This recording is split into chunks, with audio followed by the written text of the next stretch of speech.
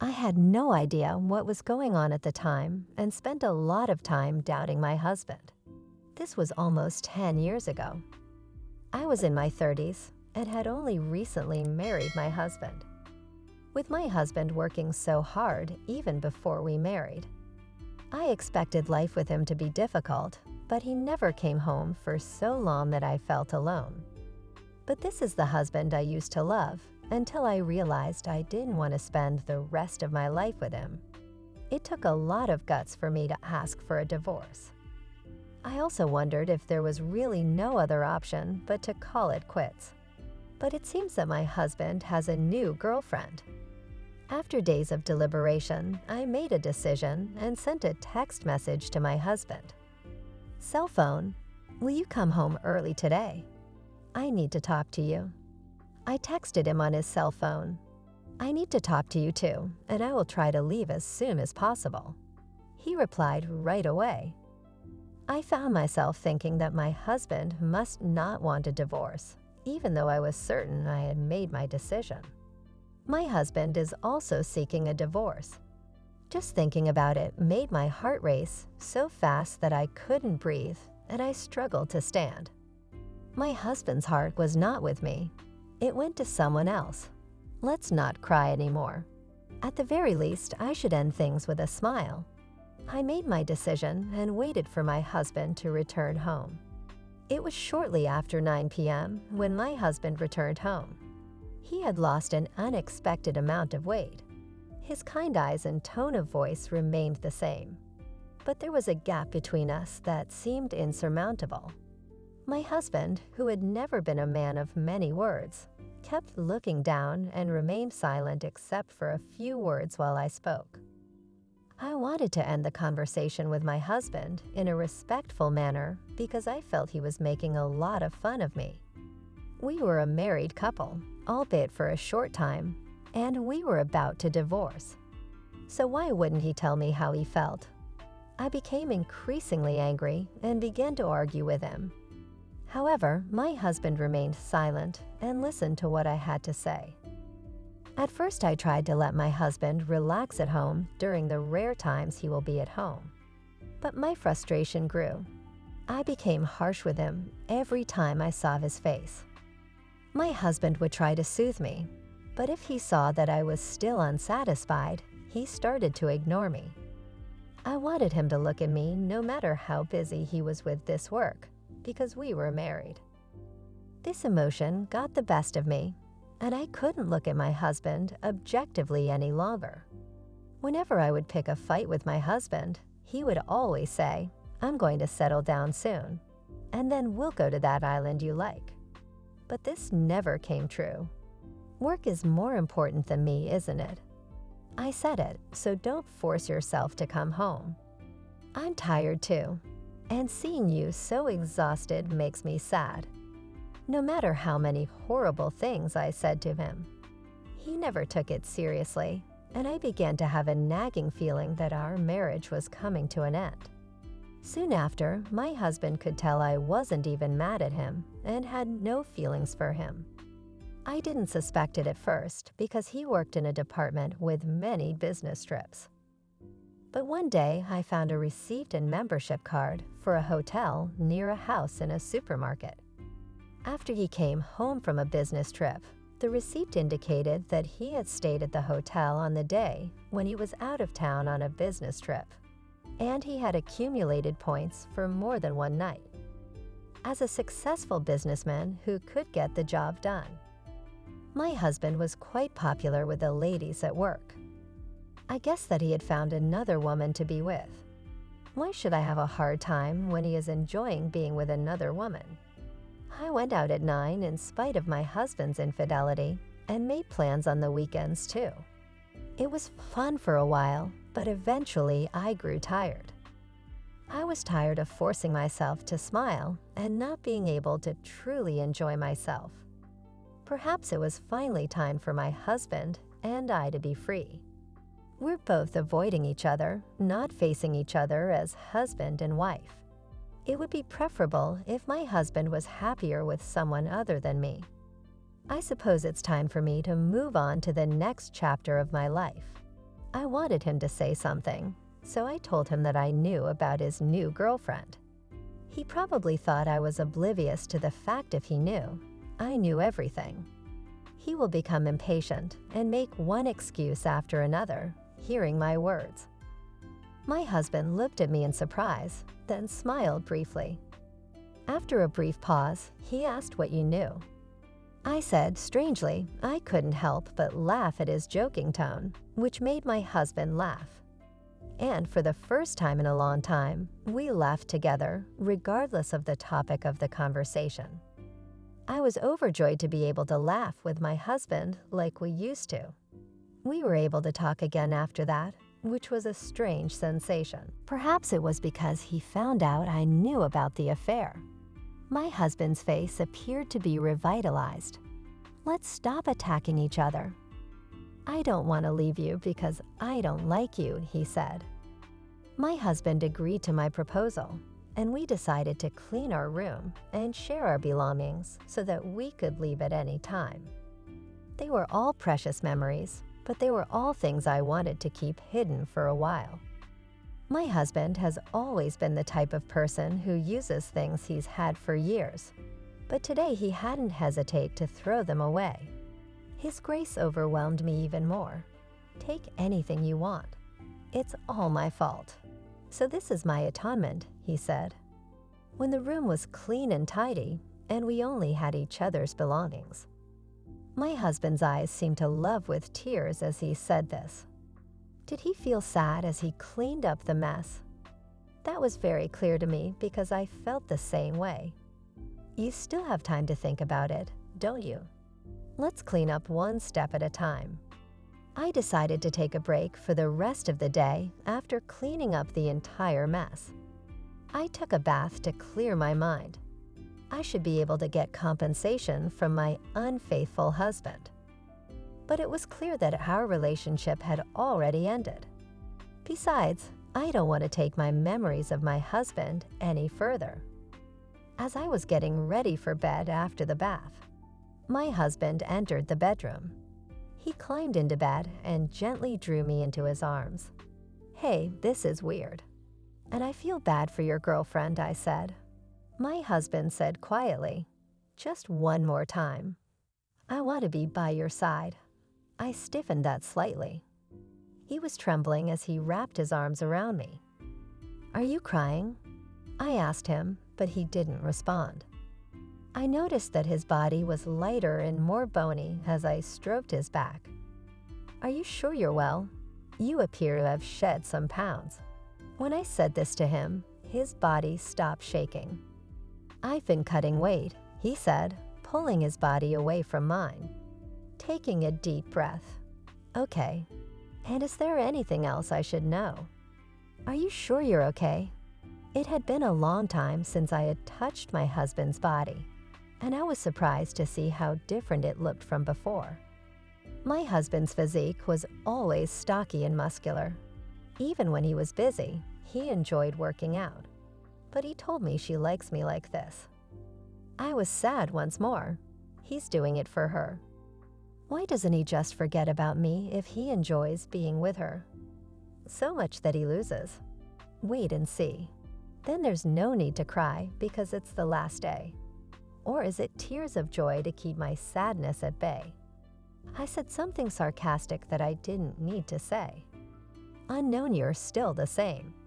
I like that part of you too. I wish you a happy life from tomorrow. I'll be praying for you wherever you are, my husband said lightly. After saying that, my husband began to snore. He was a man who moved at his own pace until the end. I hope so as well. I fell asleep after murmuring to his sleeping face. I overslept the next day because I had stayed up late cleaning up the room the day before. My husband was no longer in bed when I awoke. Then I entered the living room. I noticed a 4-size envelope on the table, and when I opened it, I discovered that book and a slew of documents inside. When I removed everything, I discovered that it was related to our marital property. There was also an unusually large sum of money in the bank book in my name, and I discovered the divorce papers in a small envelope. My husband's section had already been filled, so all that remained was for me to complete and submit mine in a panic. I dialed my husband's cell phone, but it was disconnected because it appeared to have been canceled. I spent several days asking about my husband's whereabouts with his parents and friends, but none of them would tell me. I had no choice but to contact his company, where I discovered that my husband, that workaholic, had resigned a few months before. Who would have made sense if he made a new girlfriend and left? But why go to such length? Why didn't anyone tell me anything? I've grown suspicious of people, and there appears to be no way to contact my husband. The mental fatigue that had been building up since before the divorce nearly crushed me. My husband had gone to the trouble of arranging compensation for me, and now that I was free, I decided to spend some time in a place I really enjoyed. We arrived at the remote island, which took nearly a day to reach from the mainland. The island was depopulated, and about 3,000 people live there. I have visited the island once with my husband and was captivated by its natural beauty and the slow flow of time. My husband promised that we would return to the island once his work was completed. I miss my husband, but maybe what I need now is the peace and quiet of that place. I quit my job and moved to this remote island a few months later after renting the house to someone else. It was a risky move on my part, but I knew I couldn't stay in my house any longer. I'm not sure how my husband paid off the mortgage, but I know he worked very hard. But there were too many memories to keep living along in the house. However, I didn't want to waste my husband's efforts, so I didn't want to just let it go. There are many strange things, but I can ask my husband about them anymore. I plan to spend time on his quiet island, relaxing and letting myself go.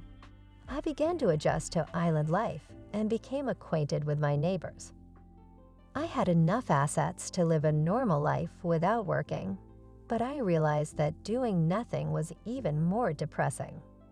So I started working as a sort of helper, assisting the elderly neighbors with their problems.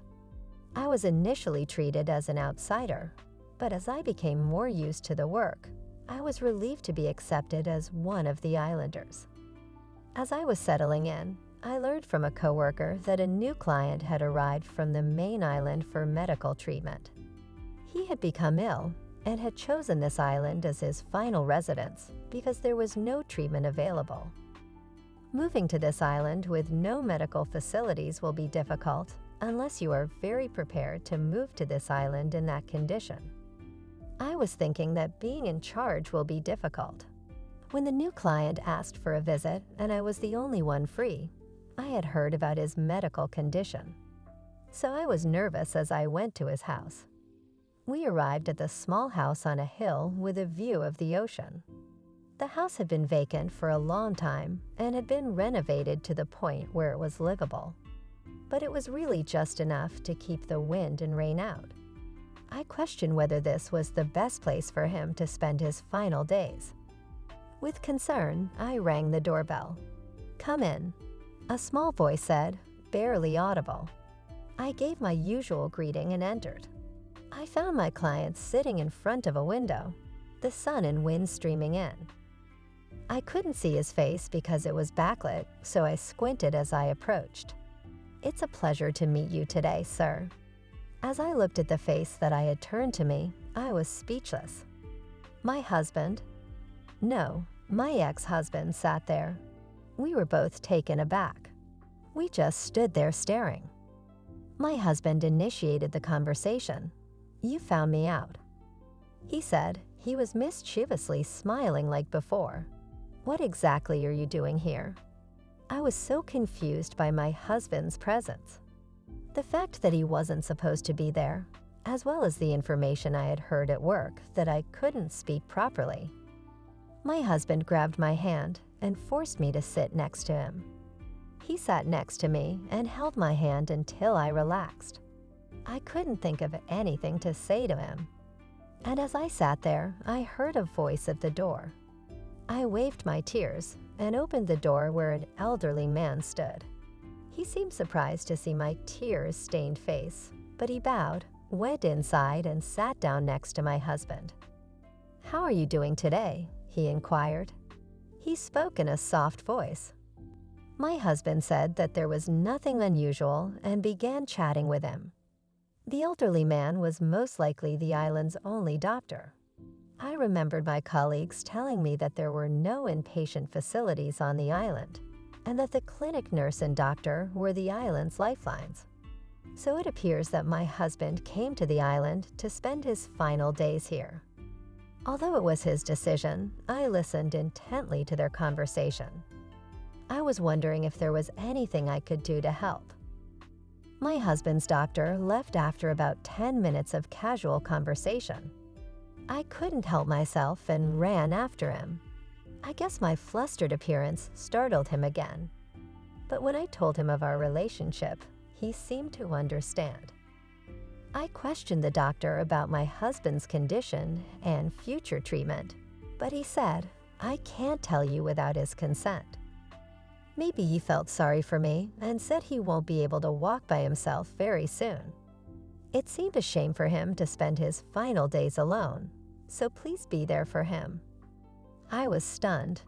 What became of my husband's girlfriend? I returned back to the house with heavy steps where my husband was waiting. My husband appeared to have anticipated my questioning the doctor and agreed at me with a smile. "You're back. I can leave without my husband." So I asked him to let me spend the night. My husband's house was only a few pieces of luggage and a couple of food-ins. It was the first time I had slept with my husband since we discussed divorce. As I cuddle up under the covers with my husband, we told each other how we got here. I was eager to ask about his illness, but I decided that it wasn't time to talk about painful topics. So we reminisced. This was also due to my feelings about his relationship with her. I asked him if he hadn't brought her to the island before I asked to stay, but he just left. Didn't cover it up. The fact that he didn't say anything suggested that there was a sad event. I was careful not to hurt his feelings by asking any more questions. The next day, I informed my employer of what had occurred and decided to take some time off. I want to spend what time my husband had with him. I took my husband, who couldn't walk very far around the island, in a wheelchair. There were places I remembered from my previous visit, places and scenery. I wanted to show him for the first time. It was satisfying just being together. I wish we had been disclosed when we were married. Even after my divorce, I discovered that the feelings I had grew stronger. But there's nothing I could do about it now. My husband will be confused if I told him my friends. I would stay by his side. The good times were fleeting, but the disease was gradually taking its toll on my husband. His physical strength had deteriorated to the point where he could no longer go out or even take the long-awaited walks. Even daily tasks became difficult, and he began to doze off and fall asleep more frequently. The doctor came to see him every day, but the only relief was that he was no longer in pain. And I couldn't believe that this was natural and that he would leave me so soon. I nursed my husband, never leaving his side for a second so he wouldn't be alone when he awoke, which could happen at any time.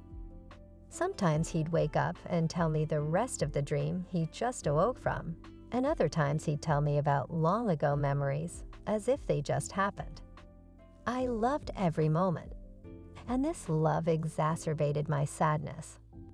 My husband gradually stopped waking up after that when we stopped talking. I stayed by his side, reading his favorite books and telling him about the sights and sounds I had missed so he could understand. I wanted to tell him about a beautiful sunset one day, so I held his hand and tried to speak to him. My husband's hand was cool to the touch. He was barely breathing, and his chest moved in a natural way. I panicked and called the doctor, who said he will be there right away. I waited for him, feeling as if my heart was being ripped out of my chest by the out-of-control situation. I hoped it was a misunderstanding. I want him to reassure me that everything will be fine. However, when the doctor arrived, he took a look and said his blood pressure has already dropped quite a bit. Let him go in peace. I believe he wants you to stay with him, so I'll sit this one out. Don't worry, I'll be right there if anything happens. So please stay by his side. The doctor then said goodbye to my husband and walked out. So the time has come. I knew we will come, but it was unbearable. I was delighted to have met you. There were some challenges, but the truth is that I adore you. I have my husband's hand and whispered in his ear. Then my husband gently squeezed my hand back. It was medically impossible, but I clearly felt it. Soon after, he took his last breath and died quietly. I couldn't stop crying, but I was glad to have been there for him at the end. I was so busy after he had died that I didn't have time to mourn until after the burial. When I finally got home after cleaning up my husband's belongings, I noticed that mail had accumulated like a mountain. I was struck by the nostalgic handwriting I discovered as I went through them one by one. My husband had written dozens of letters. I wondered how long it had been since I had spent every day with him trying to keep as close to him as possible. His letters started on the day of our reunion. My husband had moved here in the hope of seeing me again, but he didn't expect to actually find me here. It was difficult for him not to notice how surprised and delighted he was. It read, I couldn't stop laughing at how funny my husband's letters were, and the fact that my husband felt that way was the best compliment. He could have given me a date, and the letter indicated that he had been posting it every day. But his handwriting became more dirty, and the length of the letter became shorter as the days passed, clearly demonstrating the progression of his illness. With sadness, I continued reading, but my eyes stopped at one point. He hadn't written the truth about our divorce. My husband's illness started during our marriage.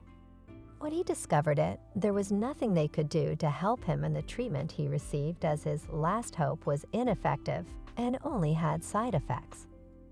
My husband made plans to divorce me because he didn't want me to spend the rest of my life with this disease, and I fell right into his trap.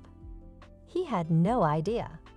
I suspect the existence of another woman, but he didn't deny it because he thought he could give a lot of money to me as compensation because I no longer required medical treatment. I wanted to liquidate all of my assets so that you could live freely. He wrote what hurtful words I had heard, and my husband, who had thought that far from me. I sincerely apologized. Tears flowed uncontrollably. Then there was a knock on the front door. I waved my tears quickly and opened the door to find my doctor standing there. What brings you here, doctor? I inquired. When I asked, he handed me a sealed envelope. The envelope was identical to the one I had just read from my husband. He asked me to post it every day. He wrote a few days' worth of letters before he fell into a coma, and he entrusted them to me. I couldn't refuse, and this is the last letter. He asked me to give it to you when you return to your home. So that's what this was about. This was my husband's final letter. I thanked the doctor and read my husband's letter alone. When I opened it quietly and calmly, I found a thin but clear note that said, "Thank you. I love you. We had come so far, but our hearts remain connected. I love you too." When I said this, I thought that I saw my husband's portrait. Now smile a little. I am still living on this island decades after my husband died. I am now officially recognized as an island resident. I built a grave next to where my husband's house used to stand. The day I was sure I'd never leave the island, my husband used to look out the window every day, and I'm sure he still does. I intend to join him there one day, and I am at peace and very happy to be surrounded by memories of my husband. Thank you for sticking with me until the end. I'll see you in the next video.